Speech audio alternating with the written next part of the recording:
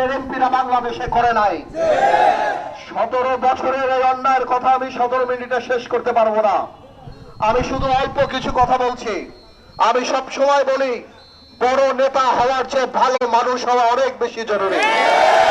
আজকে আওয়ামী লীগ সরকারের এই পতন আমরা করি নাই।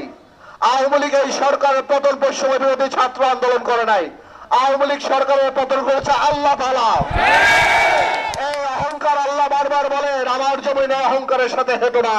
তুমি জমিন বিদীর্ণ করতে পারবা না, আকাশ ছিদ্র করে উপরে উঠতে পারবা না। আল্লাহ দম্ভকারীকে পছন্দ করে না। আজকে আল্লাহ এই শিক্ষা দিয়ে দিয়েছে, আমাদেরও শিক্ষা নিতে হবে। কিন্তু ভাইয়েরা আমার, এখন ডক্টর ইউনূস সরকার এসেছে, আমরা এই সরকারের পাশে আছি। আমরা বারবার বলেছি, রাষ্ট্র মেরামতের জন্য যত সময় দরকার আপনি নিন, আমরা আপনার পাশে থাকবো।